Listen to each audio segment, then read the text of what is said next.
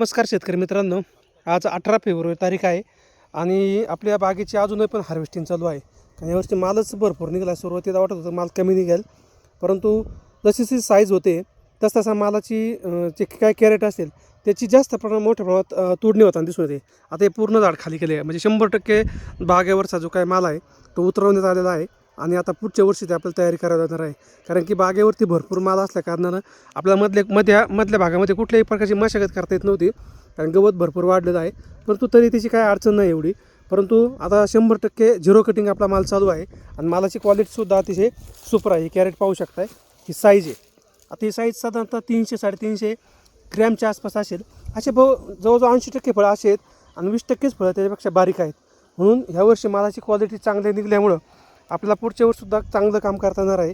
आणि त्या दृष्टीने खतांचं नियोजन असेल, औषधांचं नियोजन असेल ते आपण करणार आहोत. परंतु अशा माल जर दरवर्षी निघत राहिला, बाजार जरी कमी राहिले तरी आपल्याला मालाच्या टनेजमधून आपल्याला अधिकचं उत्पन्न भेटेल आणि त्याचा फायदा आपल्याला होऊ शकतो. आणि त्याच्यामुळं आपलं जे काय आर्थिक उत्पन्न आहे ते निश्चितपणे वाढू शकतं.